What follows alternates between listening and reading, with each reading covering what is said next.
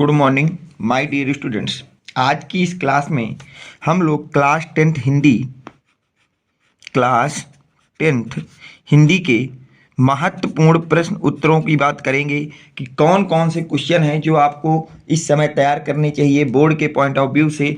अब तक जिन बच्चों ने कुछ भी नहीं पढ़ा है उन बच्चों के लिए ये वीडियो बहुत ही ज़्यादा इम्पोर्टेंट है। अगर आज के इस वीडियो में जितना भी कुछ आपको बताया जाएगा आप सारी चीज़ों को सही से तैयार करते हैं और इन चीज़ों को पढ़ते हैं तो मेरे तरफ से 100% गारंटी कि आज के ही पेपर से कम आपका 30 नंबर का क्वेश्चन पूछा जाएगा। आज के इस पेपर को अगर आप पूरी तरह से सॉल्व करते हैं जो आपको मैं सॉल्व कराऊंगा तो आपके बोर्ड के में इस पेपर से आज की इस वीडियो से आपको कम से कम 30 नंबर के क्वेश्चन देखने को मिलेंगे। अगर हम आज की वीडियो में बात करें तो हम लोग बात करेंगे सबसे पहले महत्वपूर्ण गद्यांश की बात करेंगे जो कि आपका 6 नंबर का आता है। कितने नंबर का आता है बेटा? 6 नंबर का आता है। इसके बाद गद्यांश में क्या होता है, एक गद्यांश दिया होगा जिसमें आपके 3 क्वेश्चन पूछे जाएंगे और प्रत्येक क्वेश्चन 2 नंबर का होता है। गद्यांश में आपका क्या होता है बेटा कि 6 नंबर का गद्यांश पूछा जाता है जिसमें आपके 3 क्वेश्चन होते हैं और प्रत्येक क्वेश्चन 2 नंबर का होता है, टोटल 6 नंबर होते हैं।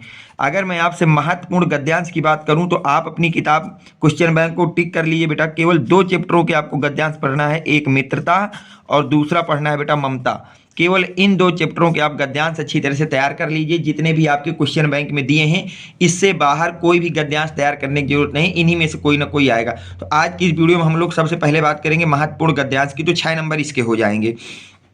इसके बाद बेटा हम लोग बात करेंगे महत्वपूर्ण पद्यांश की। किसकी बात करेंगे बेटा? महत्वपूर्ण पद्यांश की। महत्वपूर्ण पद्यांश की बात की जाएगी। महत्वपूर्ण पद्यांश जो कि आपका ये भी 6 मार्क्स का होगा। कितने नंबर का होगा बेटा? 6 नंबर का होगा। अगर मैं बात करूं कि इसमें क्वेश्चन कैसे होगा, एक आपको पद्यांश दिया जाएगा, एक आपको क्या दिया जाएगा बेटा? पद्यांश, और उसमें आपसे पूछा जाएगा 3 क्वेश्चन और तीनों क्वेश्चन 2-2 नंबर के होंगे, टोटल 6 नंबर का ये क्वेश्चन होगा। अगर मैं आपको महत्वपूर्ण चैप्टरों की बात करूँ जो आपको पढ़ना चाहिए इस समय, तो आप अपनी क्वेश्चन बैंक को उठा लीजिए, उसमें पद चैप्टर में टिक मार लीजिए। धनुष भंग जो चैप्टर है आपका उसमें टिक मार लीजिए। और भक्ति नीति, क्या चीज बेटा? भक्ति नीति। और नेक्स्ट है आपका स्वदेश प्रेम। नेक्स्ट क्या है आपका बेटा? स्वदेश प्रेम। इन 4 चैप्टरों को आप टिक मार लीजिए। बस आपके कोई भी जो पद्यांश पूछा जाएगा इन्हीं 4 चैप्टरों में से पूछा जाएगा। जो महत्वपूर्ण होंगे वो मैं भी आगे वीडियो में आपको 2-1 करा भी दूंगा और उनको आप तैयार करने की पूरी कोशिश करिए। इसके बाद इस वीडियो में बेटा जो हम बात करेंगे वो बात करेंगे महत्वपूर्ण गद्यांश की। किसकी बात करेंगे बेटा? महत्वपूर्ण गद्यांश की। एक आपको संस्कृत में गद्यांश दिया जाएगा, उसका हिंदी में अनुवाद करना होगा। महत्वपूर्ण गद्यांश की, तो ये भी क्वेश्चन आपका 5 नंबर का पूछा जाएगा बेटा। कितने नंबर का पूछा जाएगा? 5 नंबर का पूछा जाएगा। इसमें आपको एक अनुवाद दिया जाएगा और उसको हिंदी में अनुवाद करना होगा। अगर हम बात करें इसमें महत्वपूर्ण चैप्टर के, तो केवल आपको 3 चैप्टरों के गद्यांश तैयार करने हैं। एक तो तैयार करना है वाराणसी का। किसका बेटा? वाराणसी का। दूसरा तैयार करना है वीर वीरेण पूज्यते। और तीसरा जो आपको तैयार करना है बेटा वो तैयार करना है भारतीय संस्कृति। केवल क्वेश्चन बैंक में इन 3 चैप्टरों में जितने भी संस्कृत के गद्यांश हैं उनको आप तैयार कर लीजिए। बोर्ड के पेपर में इन्हीं किसी एक चैप्टर से आपको महत्वपूर्ण गद्यांश देखने को मिल जाएगा। अब हम अगर आगे की बात करते हैं बेटा, तो आगे आपसे 5 नंबर इसके होंगे। तो टोटल देखिए 6 नंबर 12 और 12 5 हो गए आपके 17 नंबर। अब हमको अगला जो मैं इस वीडियो में आपको कराऊंगा बेटा वो कराऊंगा महत्वपूर्ण पद्यांश संस्कृत का। महत्वपूर्ण पद्यांश वो भी किसका होगा बेटा? संस्कृत का। और ये भी क्वेश्चन आपसे बेटा 5 नंबर का पूछा जाता है बोर्ड में। कितने नंबर का पूछा जाता है बेटा? 5 नंबर का पूछा जाता है। तो अगर मैं इस चैप्टर के महत्वपूर्ण चैप्टरों की बात करूं इस टॉपिक की, तो सबसे पहले आप टिक मार लीजिए बेटा वीर वीरेण पूज्यते। फिर आप टिक मार लीजिए बेटा भारतीय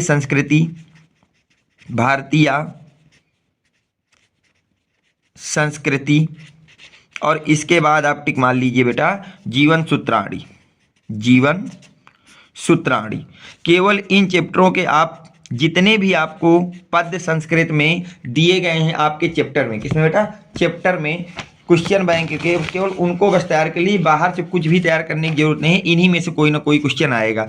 तो देखिए 6 नंबर का गद्यांश 6 नंबर का पद्यांश तो 12 नंबर ये हो गए। 5 नंबर का गद्यांश संस्कृत का तो 12 5 17 हो गए। और बेटा 5 नंबर का पद्यांश पूछा जाएगा आपका संस्कृत का, तो 5 नंबर ये हो गए। तो आपके हो गए 17 22 नंबर। कितने नंबर हो गए बेटा? 22 नंबर। अब इसके बाद अगला जो मैं आज की वीडियो में कराऊंगा वो कराऊंगा बेटा महत्वपूर्ण निबंध को। वो किसको कराऊंगा बेटा? महत्वपूर्ण निबंध को। महत्वपूर्ण निबंध की बात हम लोग आपकी इस वीडियो में करेंगे। महत्वपूर्ण निबंध जो कि आपका 9 नंबर का आता है। तो टोटल अगर आज की इस वीडियो को आप देखेंगे तो आपके 31 नंबर का जो क्वेश्चन है वो आज इस वीडियो में कराया जाएगा। महत्वपूर्ण गद्यांश, महत्वपूर्ण पद्यांश, संस्कृत का गद्यांश, संस्कृत का पद्यांश और निबंध। अब हम अपने क्लास को चालू करें बेटा, तो सबसे पहले हम लोग बात करेंगे महत्वपूर्ण गद्यांश की, जो इस साल जिसको 200% आना ही आना है। आप इसको बिल्कुल अच्छी तरह से तैयार कर लीजिए। सबसे ज़्यादा जो चांस है इस साल आपके बोर्ड में आने के वो आपका गद्यांश है ये। इस गद्यांश को पढ़िए पहले, फिर आपको देखते हैं कैसे सॉल्व करेंगे बेटा। विश्वास पात्र मित्र जीवन की एक औषध है। विश्वास पात्र मित्र जीवन की एक औषध है। हमें अपने मित्रों से यह आशा रखनी चाहिए कि वे उत्तम संकल्पों से हमें दृढ़ करेंगे, दोषों और त्रुटियों से हमें बचाएंगे, हमारे सत्य, पवित्रता और मर्यादा के प्रेम को पुष्ट करेंगे। जब हम कुमार्ग पर पैर रखेंगे तब वे हमें सचेत करेंगे, जब हम हतोत्साहित होंगे तब वे हमें उत्साहित करेंगे। सारांश यह है कि हमें उत्तमता पूर्वक जीवन निर्वाह करने से हर प्रकार से सहायता देंगे। सच्चे मित्रता में उत्तम से उत्तम वैद्य की सी निपुणता और परख होती है। अच्छी से अच्छी माता का धैर्य और कोमलता होती है। ऐसी ही मित्रता करने का प्रयत्न प्रत्येक पुरुष को करना चाहिए। तो ये आपको एक गद्यांश दिया गया है बेटा। अब क्वेश्चन कुछ इस तरह से पूछेगा, जैसे क्वेश्चन नंबर पहला पूछा गया है कि प्रस्तुत गद्यांश का संदर्भ लिखिए। ये आपका 2 नंबर का क्वेश्चन होगा। पहला क्वेश्चन है कि जो आपको एक गद्यांश दिया गया है आपको ये बताना होगा किस चैप्टर का और किसने लिखा है। संदर्भ ये होता है बेटा गद्यांश, ठीक है। अब आप ये देखिए, फिर सेकेंड क्वेश्चन आपसे कह रहा है रेखांकित अंशों की व्याख्या कीजिए। यानी कि जो रेखांकित अंश है, जैसे यहाँ पे जहाँ रेखा खींची, इसकी आपको हिंदी में व्याख्या कर देनी है। और तीसरा क्वेश्चन आपसे पूछा गया है व्यक्ति को अपने मित्र से कैसी उम्मीद रखनी चाहिए। जो व्यक्ति है उसे अपने मित्र से कैसी उम्मीद रखनी चाहिए। तो देखिए बेटा, शुरू करते हैं। पहला क्वेश्चन, प्रत्युत गद्यांश का संदर्भ लिखिए। तो सबको पता है कि जो गद्यांश हमने पढ़ा है विश्वास पात्र मित्र, ये हमारे मित्रता नामक चैप्टर से लिया गया है। किससे लिया गया बेटा? मित्रता नामक पाठ से लिया गया, जो कि निबंध है। और किसके द्वारा लिखा गया बेटा? आचार्य रामचंद्र शुक्ल के द्वारा लिखा गया। तो देखिए इसका संदर्भ कैसे लिखेंगे बेटा हम लोग। प्रस्तुत गद्यावरण आचार्य रामचंद्र शुक्ल द्वारा चित्र लिखित एवं हमारी पाठ्य पुस्तक हिंदी के गद्य खंड में संकलित मित्रता नामक निबंध से अवतरित है। मतलब इसका गद्यांश ये हो गया कि ये जो हमारा संदर्भ दिया गया है बेटा, ये जो हमारा क्या दिया गया बेटा? संदर्भ दिया गया है, या जो हमको गद्यांश दिया गया है, ये आचार्य रामचंद्र शुक्ल द्वारा लिखित एक निबंध है। और इस निबंध का जो शीर्षक है वो क्या है बेटा? मित्रता है। क्या है बेटा? मित्रता। ये पहला हो गया। सेकंड कह रहा है रेखांकित अंशों की व्याख्या करना है। तो देखिए रेखांकित अंश क्या है? सच्चे मित्रता में उत्तम से उत्तम वैद्य की सी निपुणता होती है। मतलब जो हमारा सच्चा वैद्य होता है वो हमारे लिए एक बहुत ही अच्छे डॉक्टर की तरह हमारे लिए काम करता है। और परख होती है, और उसमें बहुत ही अच्छी परख होती है, समझ होती है। अच्छी से अच्छी माता का सा धैर्य होता है, और उसमें हमारी माता के जैसे ही धैर्य होता है अपनी मित्रता पर। और कोमलता होती है, और वो हमारे प्रति बहुत कोमल होता है। ऐसी ही मित्रता करने का प्रत्येक पुरुष को प्रयास करना चाहिए, प्रयत्न करना चाहिए। ये आपका दिया गया। अब इसका देखिए अनुवाद करना है, तो कैसे करेंगे व्याख्या। आचार्य रामचंद्र शुक्ल जी का कहना है कि जिस प्रकार अच्छी औषध आपके शरीर को अनेकों रोगों से बचाकर स्वस्थ बना देती है, उसी प्रकार विश्वसनीय मित्र अनेक बुराइयों से बचाकर हमारे जीवन को उन्नत तथा सुंदर बनाता है। हमारा मित्र ऐसा होना चाहिए जिस पर हमें यह विश्वास हो कि वह हमें सदा उत्तम कार्यों में लगाएगा। हमारे मन में अच्छे विचारों को उत्पन्न करेगा, बुराइयों और गलतियों से हमें बचाता रहेगा, हमारे सत्य और मर्यादा के प्रति प्रेम को विकसित करेगा उनमें किसी तरह की कमी नहीं हो आने देगा, मतलब जो हमारा मान मर्यादा है, जो सत्य है, प्रेम है, उसको वो हमेशा बना कर रखेगा, उसमें किसी भी तरह की वो कमी नहीं आने देगा। यदि हमें बुरे मार्ग पर चलेंगे, यदि हम जो है बुरे मार्ग में चलेंगे तो वह हमें उससे हटाकर समार्ग पर चलने की प्रेरणा देगा। तो वह हमें बताएगा कि ये जो हमारा रास्ता है ये गलत है, और वो हमको एक अच्छे मार्ग की तरफ हमको अग्रसर कराएगा। और जब कभी निराशा उत्पन्न होगी तो वह आशा का संचार कर अच्छे कार्यों के प्रति हमारा उत्साह बढ़ाएगा। तो ये आपका बेटा हिंदी में रेखांकित अंश की व्याख्या हो गई। देखिए वहां पे ये नहीं है कि जिन शब्दों में मैंने लिखा है आपको भी इसी तरह लिखना है। हाँ, बस ये है कि शब्द थोड़ा सा इधर इधर हो जाने चाहिए, लेकिन अर्थ यही निकलना चाहिए जो मैंने निकाला है। ये जो नहीं कि मैंने जिस तरह से जहाँ पे का लिखा है वहां पे आपको का लिखना है, जहाँ की लिखा है वहां आपको की लिखना है, ऐसा कोई फिक्स नहीं है। तो आपको अपने हिसाब से लिखना है, इसको अपने शब्दों में लिखना है, बस समझ लेना है कि उसने क्या कहना चाहा है। चलते हैं बेटा क्वेश्चन नंबर 3 में, कि क्वेश्चन नंबर 3 आपका क्या कह रहा है उसको देख लेते हैं।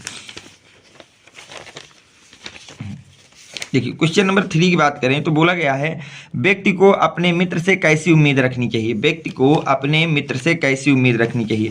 तो देखिए व्यक्ति को अपने मित्र से कैसी उम्मीद कर रखना चाहिए, यहाँ पे लिखा होगा।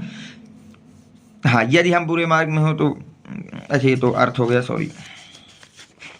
व्यक्ति को अपने मित्र से कैसी उम्मीद रखनी चाहिए। हाँ देखिए, हमें सत्य, पवित्रता और मर्यादा के प्रेम को पुष्ट करेंगे, ये हमारे मित्र से उम्मीद होती है। जब हम कुमार्ग पर पैर रखें तब वो हमें सचेत करे, और जब हम हतोत्साहित हों तो वो हमें उत्साहित करे। ये हमारा क्या है, एक अच्छे मित्र से हमारी उम्मीद होनी चाहिए। तो व्यक्ति को अपने मित्र से यह उम्मीद रखना चाहिए कि वे उन्हें उत्तम कार्यों को प्रदत्त करेंगे, मन में अच्छे विचारों को उत्पन्न करेंगे, बुराइयों और गलतियों से उन्हें बचाएंगे, और सत्य, पवित्रता और मर्यादा के प्रति प्रेम को विकसित करेंगे। ये आपका पहला क्वेश्चन मैंने कंप्लीट करा दिया बेटा, जो गद्यांश का था, जो कि आपके 3 क्वेश्चन हैं और उनमें जो पूछा जाएगा ये करा दिया। अब हम लोग बात करेंगे बेटा महत्वपूर्ण पद्यांश की। किसकी बात करेंगे बेटा? महत्वपूर्ण पद्यांश की, जो कि आपके 6 नंबर का होता है। ठीक है, अब हम बात करते हैं अपने नेक्स्ट क्वेश्चन पे, जो कि बहुत ही ज़्यादा इंपॉर्टेंट है। वो हमारा क्वेश्चन है बेटा पद्यांश। देखिए हमको ये एक आपको पद्यांश दिया गया है। पद्यांश ने क्या कहा, पहले इसको पढ़ते हैं। पुरते निकसी रघुवीर बधु, धरी धीर धय मग में डगडोय, झलकी भरी भाल कनि जन्म की, पूट सूखी गए मथुरा धर द्वय, फिर बुझती है चलनो अब केतकी, पर्ण बुटी करह्यो कितहे, तीह की लखी आतुरता, पी की अखियां अतिचार चली चल ज्यो। ये आपका एक आपको गद्यांश पद्यांश दिया गया है बेटा। आपको क्या दिया गया है बेटा? पद्यांश दिया गया है। क्वेश्चन देखिए इनमें कौन कौन से पूछा गया है।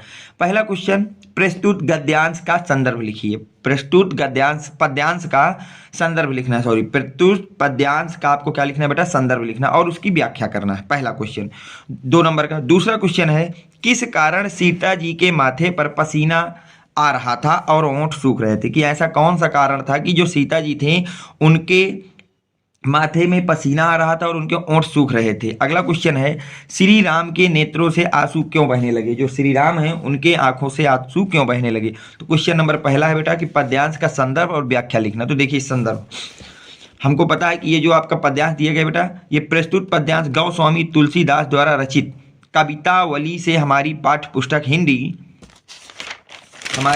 पुस्तक हिंदी के काव्य खंड में संकलित वन पथ पर शीर्षक कविता से होते हैं। तो बोला गया है कि ये जो हमारा पद्यांश दिया गया है, ये हमको पता है कि हमारे जो कवि हैं तुलसीदास जी, उनके द्वारा जो लिखा गया महाकाव्य है, उनके द्वारा जो लिखा गया महाकाव्य है कवितावली से हमारे काव्य खंड से हमारे पाठ में लिया गया है, जिसका शीर्षक हमको क्या दिया गया बेटा? वन पथ पर। क्या दिया गया? वन पथ पर।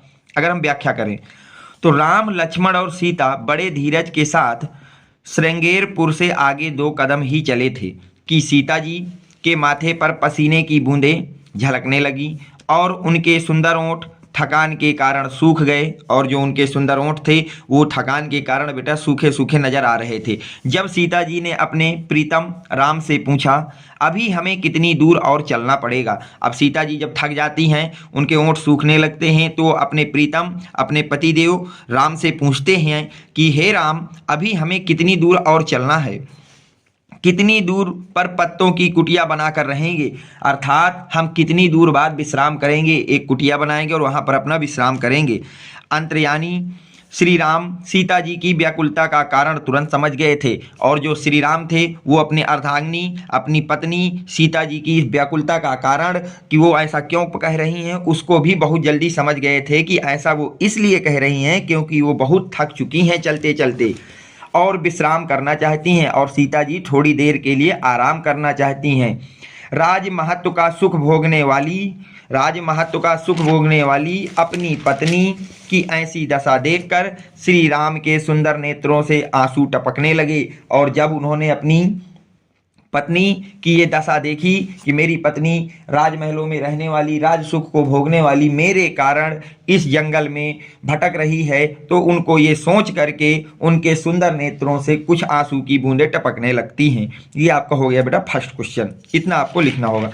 देखिए सेकंड क्वेश्चन कह रहा है किस कारण सीता जी के माथे पर पसीना आ रहा था और वो सूख रहे थे। तो देखिए अभी मैंने बताया कि राम लक्ष्मण और सीता तीनों बड़े धैर्य के साथ श्रृंगवेरपुर से आगे 2-3 कदम ही चले थे कि सीता जी के माथे पर पसीने की बूंदें झलकने लगी और उनके ओंठ थकान के कारण सूख गए थे। तो उनका जो पसीना और ओंठ सूख गए थे उसका कारण था उनका थकान। क्या था कारण बेटा? थकान।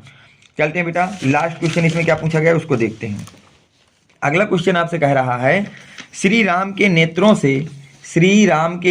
से आंसू क्यों बहने लगे। श्री राम के नेत्रों से आंसू क्यों बहने लगे थे ये आपसे पूछा जा रहा है। तो देखिए मैंने बताया ना कि जब सीता जी के इस व्याकुलता को उन्होंने समझा, उन्होंने देखा कि सीता जी के ओंठ सूख चुके हैं, सीता जी काफ़ी थकी हुई हैं, तो ये सब सोच करके उनको आंखों में आंसू आ गए थे। तो देखिए आंसर कैसे लिखेंगे। श्री राम के नेत्रों से आंसू इसलिए टपकने लगे क्योंकि वे वन में पैदल चलते चलते सीता जी बहुत थक गई थी, क्योंकि जिस वन में वो सब चल रहे थे सीता जी पैदल चलते चलते बहुत ज़्यादा थक गई थी और वे व्याकुल हो रही थी, परेशान हो रही थी। राजमहल का सुख भोगने वाली उनकी अर्धांगिनी भार्या की ऐसी दशा देखकर श्री राम के आंखों में आंसू निकलने लगे, और जब उन्होंने ये सब कृत्य देखा तो उनके आंखों से आंसू अपने आप निकलने लगे। तो अगर आप इतना कुछ तय लिखते हैं इस गद्यांश में तो आपके 6 नंबर यहाँ से फिर कंप्लीट हो जाएंगे। तो टोटल मैंने इस वीडियो में आपको 12 नंबर तक का अभी तक बता चुका हूँ गद्यांश और पद्यांश। अब हम बात करेंगे बेटा महत्वपूर्ण गद्यांश की। किसकी बात करेंगे बेटा? पूर्ण गद्यांश संस्कृत में, जो कि आपके 5 नंबर का पूछा जाएगा। बेटा कितने नंबर का पूछा जाएगा भैया? 5 नंबर का पूछा जाएगा। तो इस वीडियो में आपको 2 संस्कृत के गद्यांश कराऊंगा और ये दोनों के दोनों गद्यांश बहुत ही ज़्यादा इंपॉर्टेंट हैं और इनको इस साल बोर्ड में आने की इनकी सबसे ज़्यादा उम्मीदें हैं। देखते हैं बेटा कौन कौन से गद्यांश हैं उनकी बात करते हैं। सबसे पहले पहला गद्यांश जो आपको तैयार करना है बेटा वो ये है, एकदा बहवा जना धूमयान, जिसको रेलगाड़ी कहते हैं, आरुध्य नसरम प्रति गच्छांत स्म तेषु कजिष्ठ ग्रामीण केचित् नागरिका आसन मौन स्थितेषु तेषु एकः नागरिका ग्रामीणान उपहासन। तो एकथयत ग्रामीणा अदापि पूर्वत अशिक्षिता अज्ञास्यन्ति न तेषा विकासः अभवतः न च भवितुं शक्नोति तस्य तादृश जलपन श्रुत्वा कोडपि चतुरः ग्रामीण अपवीतः भद्र नागरिके भवान एवं चितिष्ठ बुवितु एतो ही भावन शिक्षित बहुचा चा अस्ति। ये आपको एक संस्कृत में गद्यांश दिया गया है। तो सबसे पहला क्वेश्चन जो भी होगा बेटा इसका हिंदी में अनुवाद करना होगा। तो आपको सबसे पहले इसका संदर्भ लिखना होगा, फिर आपको इसका प्रसंग लिखना होगा और फिर आपको इसका अर्थ लिखना होगा। तो देखिए अगर हम बात करें संदर्भ की तो प्रस्तुत गद्यांश हमारी पाठ्य पुस्तक हिंदी के संस्कृत खंड में जो प्रबुद्धो ग्रामीण नाम से पाठ है उससे उद्ग्रहित है। ये जो हमारा संदर्भ दिया गया है, ये जो हमारा गद्यांश दिया गया है वो हमारी पाठ्य पुस्तक हिंदी के जो संस्कृत खंड है उसका जो चैप्टर है प्रबुद्धो ग्रामीण पाठ से उद्धृत है, ये लिया गया है। अब हम बात करते हैं बेटा प्रसंग की। हम बात किसकी करते हैं बेटा? प्रसंग की। तो देखिए प्रसंग में प्रस्तुत गद्यांश में रेलगाड़ी में बैठे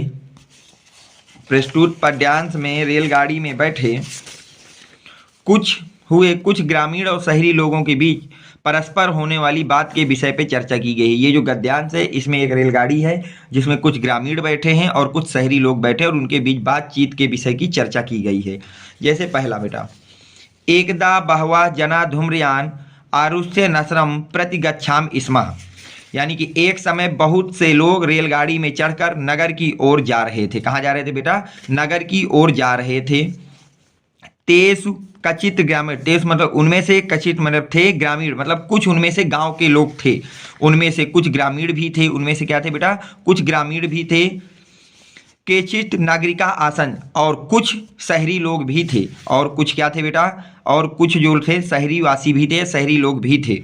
इसके बाद मौन स्टेचु तेसु एकः नागरिका ग्रामीणा उपहसन अकथम ग्रामीणा अदापि पूर्वत अशिक्षिता अच्छन्त्यम न तेसा विकासा। मतलब अब उसमें से क्या था बेटा?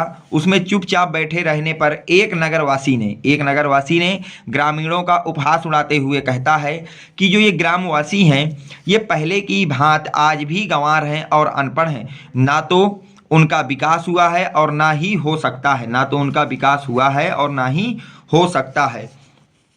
तस् त्रास जलपयम श्रुत कोड़ापि चतुर ग्रामीण अबीटर। अब उस समय एक चतुर ग्रामीण ने उनको कहा, एक समय इसके बाद जब इन्होंने ये सब कह दिया तो उस समय नगरवासी इस प्रकार से जब कथन सुना तो उस ग्रामीण ने बोला, हे नगरवासी भाई, भद्र नागिका भवन चाचिष्यम विभूत यतो ही भावन शिक्षा बहुतेता अस्मि।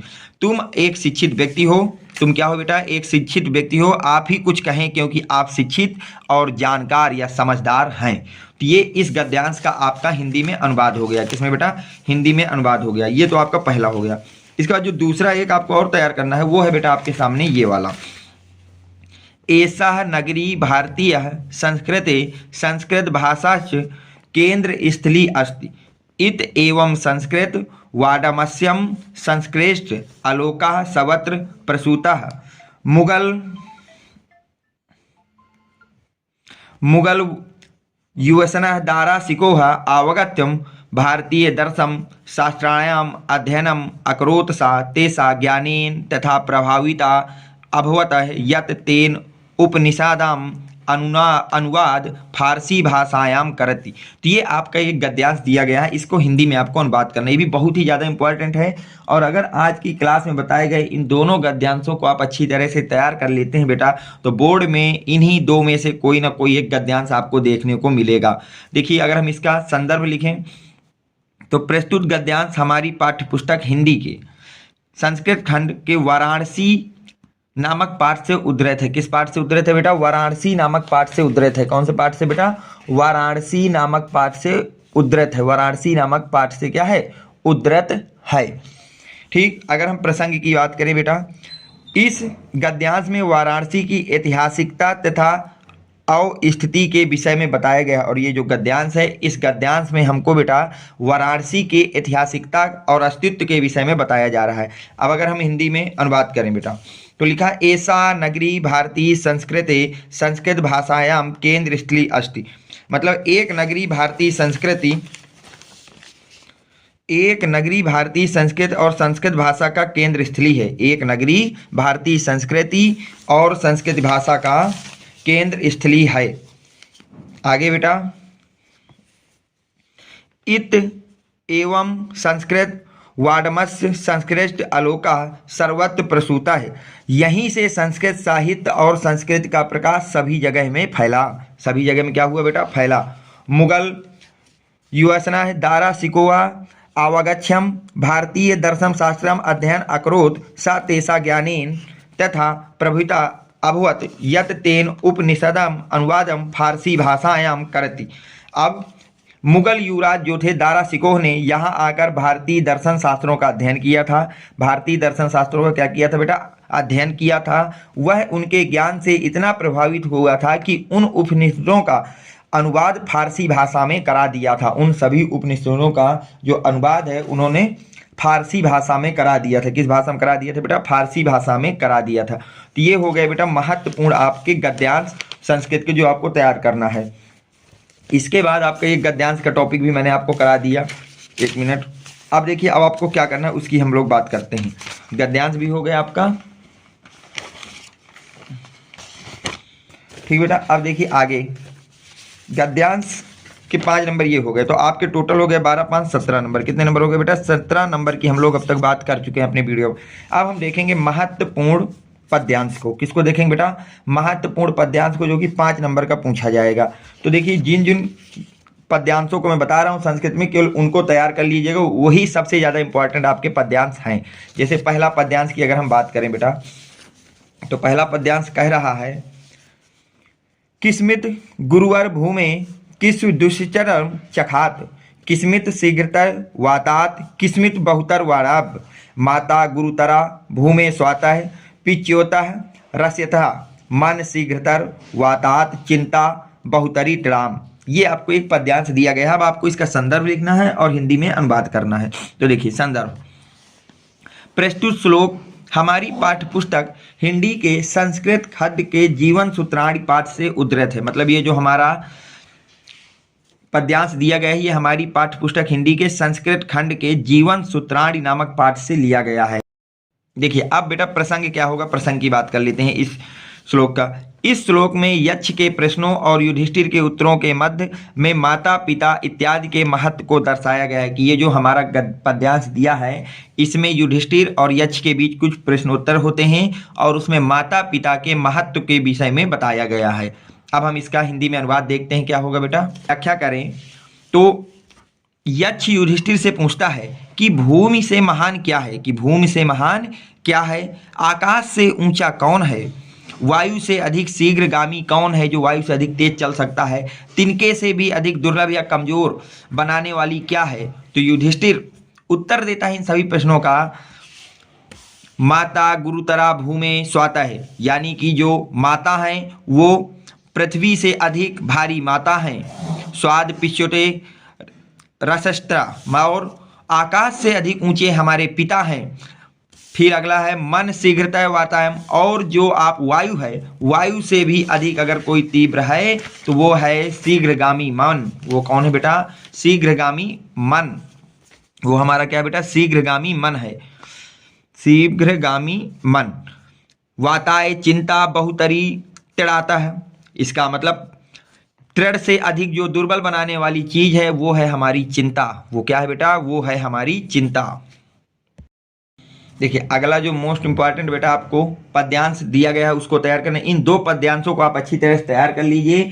99% आपके चांस यही है कि इन्हीं में से एक पद्यांश आपसे पूछा जाएगा बेटा। पद्यांश बोला जा रहा है, सर्व भवन्ति सुखीन, सर्व सन्तु निरामया, सर्व भद्राणि पश्यन्तु माँ कश्चित् दुखम भाग भवेत्। संदर्भ, प्रस्तुत श्लोक हमारी पाठ्य पुस्तक हिंदी के संस्कृत खंड के भारतीय संस्कृत पाठ से लिया गया है। कि ये जो हमारा गद्यांश दिया गया है बेटा, ये गद्यांश हमारी पाठ्य पुस्तक के संस्कृत खंड के जो भारतीय संस्कृति नामक पाठ है उससे लिया गया है। अगर हम प्रसंग की बात करें तो प्रस्तुत श्लोक में भारतीयों की मूल भावना पर प्रकाश डाला गया है। कि जो प्रस्तुत श्लोक है इसमें भारतीय लोगों की जो मूल भावना है उस पर प्रकाश डाला गया है। अनुवाद, सर्व भवन्ति सुखीन, यानी कि सब सुखी हों, सर्व संतु निरामया, सब निरोग रहें यानी कि रोग रहित रहें, किसी को रोग ना हो, सर्व भद्राण पशुन, सबका कल्याण को देखें, सबका कल्याण हो या उसको देखें, माँ कश्चित् दुख भाग भवेत्, और सभी का कल्याण हो, कोई भी दुखी ना हो, अर्थात कोई भी दुख का भागीदार ना बने या भागी ना हो।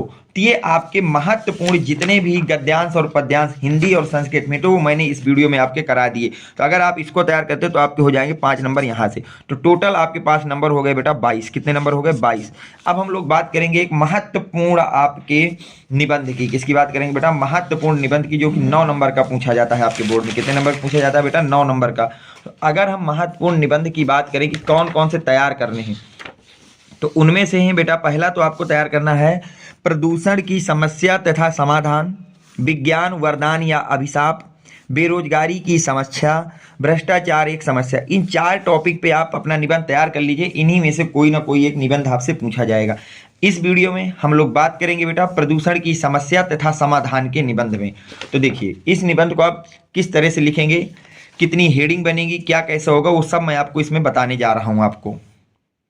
तो देखिए, जब भी आपको निबंध लिखना है तो आप ये विशेष ध्यान रखना कि निबंध को पूरा एक लाइन में नहीं लिखने की कोशिश करना कि एक पूरा पैराग्राफ में समाप्त करें। उसको ज़्यादा से ज़्यादा हेडिंग लिखना है और हर हेडिंग में 2-2 3-3 लाइन लिखना है, ज़्यादा नहीं लिखना है। जितनी ज़्यादा आप हेडिंग बनाएंगे आपको नंबर उतने ही अच्छे और उतने ही ज़्यादा मिलते हैं। जैसे 2 चीज़ें आपकी हर निबंध में कॉमन होंगी, वो होगा प्रस्तावना शुरुआत में और लास्ट का उपसंहार। ये हर निबंध का मेन टाइटल होगा कि प्रस्तावना से हमारा निबंध चालू होगा और उपसंहार से खत्म हो जाएगा। अब जैसे प्रदूषण में लिखना होगा तो हम पहली हेडिंग तो प्रस्तावना बनाएंगे, सेकंड हेडिंग हम लोग बनाएंगे बेटा प्रदूषण का अर्थ, फिर हेडिंग बनाएंगे प्रदूषण के प्रकार कि प्रदूषण कितने प्रकार के होते हैं, फिर थोड़ा सा जल प्रदूषण लिख देंगे, थोड़ा सा वायु प्रदूषण के विषय में लिखेंगे, थोड़ा मृदा प्रदूषण के विषय में लिखेंगे, थोड़ा ध्वनि प्रदूषण के विषय में लिखेंगे और थोड़ा सा रासायनिक प्रदूषण के विषय में लिखेंगे। तो देखिए कितनी सारी हेडिंग हो गई। इसके बाद अगली हेडिंग पड़ेगी आपकी प्रदूषण की समस्या और उससे हानियां, कि प्रदूषण से क्या समस्याएं उत्पन्न होती है और उससे क्या हानियां हैं। और फिर आप लिखेंगे प्रदूषण का समाधान, किसे कैसे कम किया जा सकता है। फिर लास्ट हेडिंग आपकी उपसंहार। इतना लिखना होगा। अब देखिए इनको मैं लिख के दिखाता हूं आपको कैसे लिखना होगा। प्रस्तावना सबसे पहले, तो प्रस्तावना आपकी क्या कहती है, प्रदूषण विश्व का सबसे बड़ी समस्या है। प्रदूषण जो है वो विश्व की सबसे बड़ी समस्या है जो कम होने के बजाय प्रतिदिन बढ़ती जा रही है, और ये एक ऐसी समस्या है जो कम होने की जगह प्रतिदिन बढ़ती ही जा रही है। प्रदूषण की वजह से पृथ्वी पर सभी जीव जंतुओं को घातक बीमारियों का सामना करना पड़ रहा है, और प्रदूषण इतना बढ़ गया है कि नई नई बीमारियां डेली आ रही हैं। जैसे अभी कोरोना आया था पिछले साल, ठीक है, और जीव जंतुओं के लिए बहुत सारी गला घोटू आ गया, इस तरह की कई बीमारियां आई जिससे उनकी जो है सामना करना पड़ता है और अधिकतर उनकी मृत्यु हो जाती है। प्रदूषण की समस्या प्राचीन एवं मध्यकालीन भारत के लिए अज्ञात थी, जबकि जो प्राचीन और मध्यकालीन भारत था वहां उस समय हमारे देश में प्रदूषण नहीं था। यह वर्तमान युग में हुई औद्योगिक प्रगति एवं शस्त्रास्त्रों के निर्माण के फलस्वरूप उत्पन्न हुई है। और ये जो प्रदूषण उत्पन्न हुआ है वो इसका मुख्य कारण ये है कि इस समय जो औद्योगिक प्रगति हुई है, कारखाने लगे हैं, या शस्त्रास्त्र जो आप लोग शस्त्रों का प्रयोग करते हैं युद्ध में, बंदूक है, गोली है, तोप है, इन सब के कारण जो हमारा प्रदूषण निकलता है उनसे बढ़ा है। अगर हम बात करें रॉबर्ट कोच ने क्या कहा था, रॉबर्ट कोच ने कहा था एक दिन ऐसा आएगा जब मनुष्य को स्वास्थ्य के सबसे बड़े शत्रु के रूप में निर्दयी शोर से संघर्ष करना पड़ेगा। कि एक दिन ऐसा आएगा कि स्वास्थ्य के लिए सबसे ज्यादा जो बड़ा शत्रु होगा वो होगा बेटा शोर। शोर भी एक आपका ध्वनि प्रदूषण कैटेगरी में लगता है कि वह दुखद दिन अब आ गया है, और जो रॉबर्ट कोच जी कह गए थे और हमको ऐसा लगता है कि वो दिन आ ही गया है, क्योंकि इतना ज़्यादा शोर होता है और प्रदूषण इतना ज़्यादा बढ़ गया है कि यहाँ पे स्वस्थ रहना जो है बहुत ही मुश्किल हो चुका है। ये हो गया। अब ये तो हो गई प्रस्तावना। इसके बाद हमको हेडिंग बनानी है बेटा प्रदूषण का अर्थ। इसके बाद हेडिंग क्या बनानी है, प्रदूषण का अर्थ। अब देखिए प्रदूषण का अर्थ क्या है। स्वच्छ भारत में ही दिन का विकास संभव है, स्वस्थ भारत में ही जीवन का विकास संभव है। जो स्वच्छ भारत होगा तभी आप जीवन का विकास संभव हो सकता है। पर्यावरण का निर्माण प्रकृति के द्वारा किया गया है, और जो ये पर्यावरण है इसका निर्माण प्रकृति ने किया है। प्रकृति द्वारा प्रदत्त पर्यावरण जीवधारियों के अनुकूल होता है। प्रकृति से जो हमें पर्यावरण मिलता है वो जीवधारियों के अनुकूल होता है। जब इस पर्यावरण में किन्हीं तत्वों का अनुपात इस प्रकार से बदलने लगता है कि इसका जीवधारियों के जीवन में प्रतिकूल प्रभाव पड़ने की संभावना होती है, तो इससे मानव के विनाश का संकट उत्पन्न हो जाता है। औद्योगिकी तथा रासायनिक कूड़े कचरे के ढेर से पृथ्वी, हवा, पानी दूषित हो रहे। बोला गया है कि जो हमारा पर्यावरण ही प्रकृति द्वारा बनाया गया है और इसमें हर एक चीज का एक निश्चित अनुपात में मिला हुआ है। ऑक्सीजन, नाइट्रोजन, कार्बन डाइऑक्साइड, जो भी निश्चित अनुपात मिला। जब हमारा ये अनुपात इस तरह से बदल जाता है कि जीवधारियों के जीवन में इसका प्रभाव दिखने लगे, तो इसी को हम लोग क्या बोलते हैं बेटा, प्रदूषण बोलते हैं। इसी को हम लोग क्या बोलते हैं, पर्यावरण प्रदूषण बोलते हैं। ये बोला गया है। अब देखिए अगली हेडिंग, ये तो अर्थ हो गया कि अर्थ क्या होता है। अब हम बात करते हैं बेटा प्रदूषण के प्रकार के, कि प्रदूषण कितने प्रकार के। तो देखिए आज के वातावरण में प्रदूषण निम्नलिखित रूपों से दिखाई पड़ता है। आज का जो पर्यावरण है उसमें प्रदूषण कई तरह से दिखाई देता है, जैसे मृदा प्रदूषण, वायु प्रदूषण, जल प्रदूषण, ध्वनि प्रदूषण, रासायनिक प्रदूषण। अगर हम बात करें बेटा जल प्रदूषण की, तो जीवन के अनिवार्य स्रोतों के रूप में वायु के बाद प्रथम आवश्यक जल की आवश्यकता होती है। कि जीवन जीने के लिए जो अनिवार्य चीजें होती है इसमें वायु के बाद दूसरे नंबर में अगर कोई चीज आती है तो वो जल ही होता है।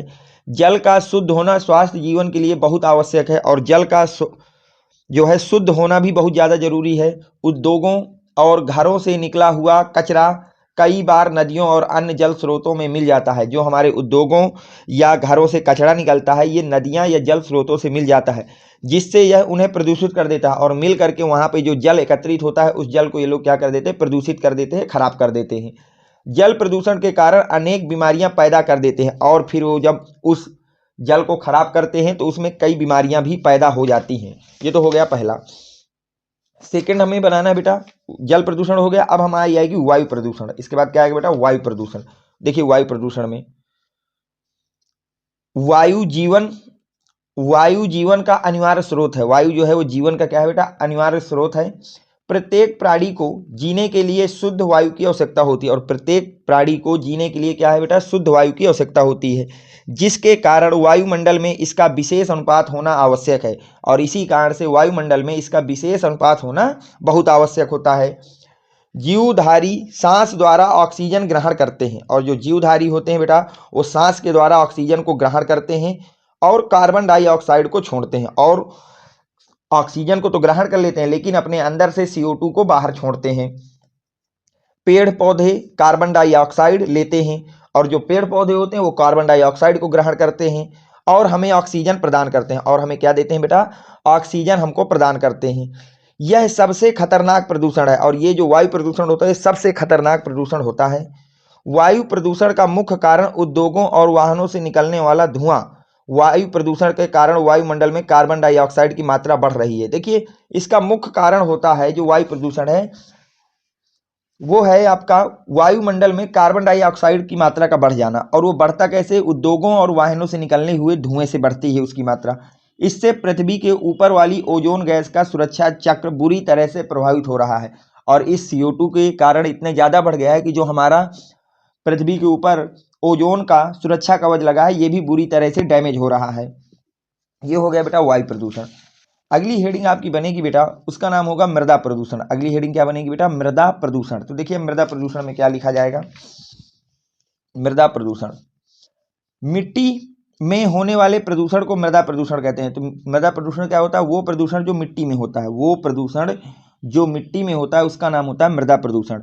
यह मुख्यतः मृदा खेती में अत्यधिक कीटनाशक का उपयोग करने से या ऐसे पदार्थ जिन्हें मृदा में नहीं होना चाहिए उनके मिलने पर होती है। मृदा प्रदूषण कब होता है बेटा, ये होता है मृदा के प्रदूषण को, मृदा जब हमारी प्रदूषित होती है उसे मृदा प्रदूषण कहते हैं। और इसका कारण ये होता है कि जब हम अपनी खेती में अत्यधिक कीटनाशक का प्रयोग कर देते हैं या ऐसे पदार्थ मिला देते हैं जिनको हमारी मिट्टी में नहीं होना चाहिए, जिसके कारण हमारी मिट्टी क्या हो जाती है बेटा, प्रदूषित हो जाती है। शहरीकरण और औद्योगिकीकरण बढ़ने से भी मृदा प्रदूषण बढ़ा है। जो शहरीकरण मतलब गांवों का शहरों में बदलना, औद्योगिकरण बड़े बड़े कारखानों का लगाना, ये भी आपके मृदा प्रदूषण का मुख्य कारण रहा है। मृदा प्रदूषण के बाद हो गया बेटा ध्वनि प्रदूषण। मृदा के बाद क्या आएगा बेटा, ध्वनि प्रदूषण। देखिए ध्वनि प्रदूषण में, ध्वनि प्रदूषण आज की एक नई समस्या है। ये जो ध्वनि प्रदूषण है ये आज की डेट की एक नई समस्या है। इसे वैज्ञानिक प्रगति ने पैदा किया है और ये जो समस्या है ये वैज्ञानिकों की ही देन है। मोटर कार, ट्रैक्टर, जेट विमान, कारखानों के सायरन, मशीनें, लाउड स्पीकर आदि ध्वनि से श्रावण शक्ति का ह्रास हो रहा है। हम लोग मोटर कार, ट्रैक्टर, जेट विमान, कारखाने के ये जो सायरन होते हैं, मशीनें, लाउड स्पीकर आदि के कारण जो हमारी सुनने की क्षमता है वो घट रही है दिनों दिन। साथ ही कार्य करने की क्षमता पर भी बुरा प्रभाव पड़ता है और इसी के साथ हमारे कार्य करने की क्षमता पर भी बुरा प्रभाव पड़ रहा है। ये हो गया ध्वनि प्रदूषण। अगला होता है बेटा रासायनिक प्रदूषण। अगला क्या होता है बेटा, रासायनिक प्रदूषण। तो देखिए रासायनिक प्रदूषण की बात कर लेते हैं। कारखानों से बहते हुए अवशिष्ट द्रवों के अतिरिक्त उपज में वृद्धि की दृष्टि से प्रयुक्त कीटनाशक दवाइयों और रासायनिक खादों से भी स्वास्थ्य पर प्रतिकूल प्रभाव पड़ता है। बोला गया है कारखानों से बहते हुए अपशिष्ट द्रवों के अतिरिक्त, कारखानों से जो अपशिष्ट द्रव बह रहा है इसके अतिरिक्त उपज में वृद्धि की दृष्टि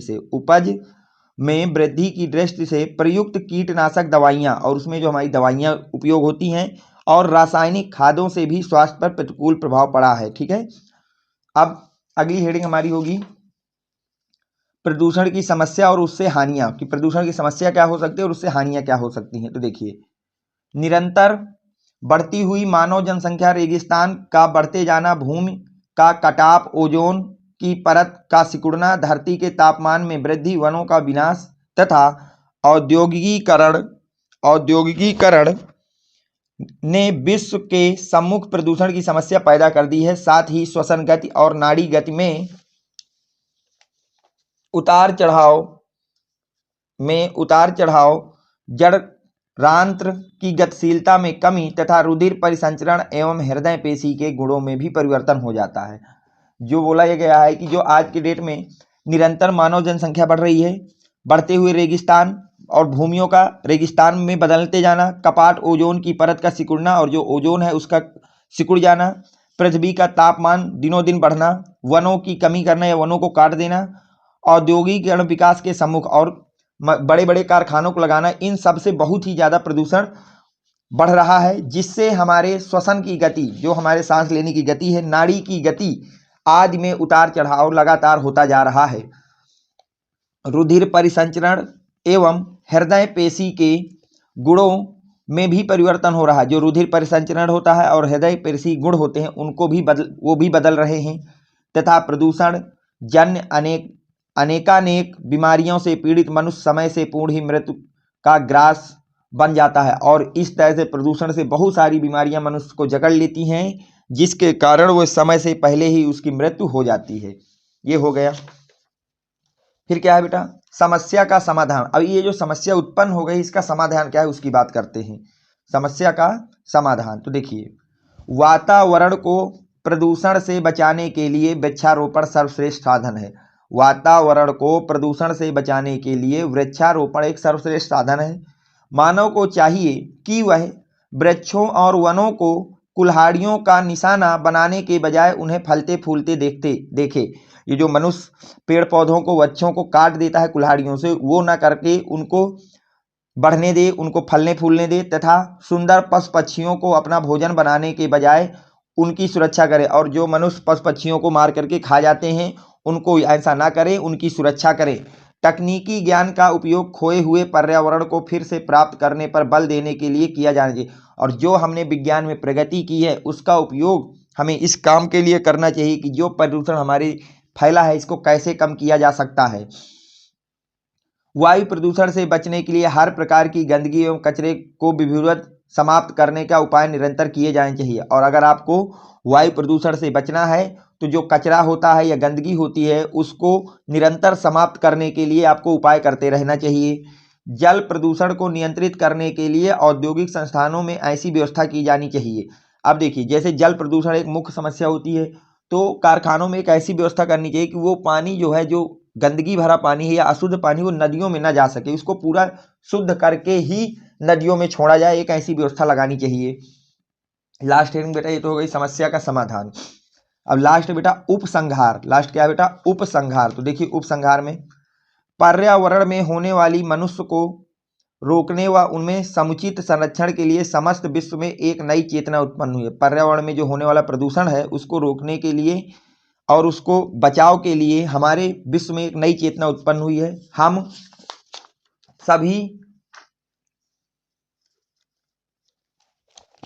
एक मिनट बेटा, हाँ, हम सभी का उत्तरदायित्व है कि चारों ओर बढ़ते हुए प्रदूषित वातावरण के खबरों के प्रति सचेत हो जाएं। और जो हमारे चारों तरफ प्रदूषित वातावरण है उनकी जो खबरें आती हैं उनके प्रति हम लोग सचेत रहना चाहिए तथा पूर्ण मनोयोग से संपूर्ण परिवेश को स्वच्छ और सुंदर बनाने का प्रयत्न करें और पूरे मन से, लगन से अपने आसपास के इलाके को सुंदर और स्वच्छ बनाने का प्रयास करते रहना चाहिए। तो आपको इतना लिखना होगा अगर आपसे पूछा जाता है पर्यावरण प्रदूषण एवं समस्या पर निबंध, तो अगर आप इतना कुछ लिखते हैं तो फिर आपको इस टॉपिक के पूरे 9 नंबर मिलेंगे, जितने नंबर का आपका निबंध होता है। ठीक है, इस तरह से छोटी छोटी हेडिंगों का प्रयोग करके हमको अपनी चीज़ों को समाप्त करना है। तो अगर आपको जितना कुछ मैंने इस वीडियो में बताया आप उसको पूरा सही से तैयार करते हैं तो बेटा आपके इस वीडियो से पूरे 30 मार्क्स का पूरा पेपर आपको बता दिया गया है। इससे ज़्यादा इस चैप्टर में आपको कुछ भी पढ़ने की ज़रूरत नहीं है। जितने टॉपिकों को मैंने बताया है बस उतने टॉपिक उन चीज़ों को अच्छी तरह से तैयार कर लीजिए। जिन बच्चों ने कुछ भी अब तक नहीं पढ़ा वो सिर्फ इतनी चीज़ों को तैयार करिए, इन 30 नंबर को अपने कंप्लीट करिए। आगे जो भी चीज़ें होंगी वो आपको नेक्स्ट वीडियो में प्रोवाइड कराई जाएंगी।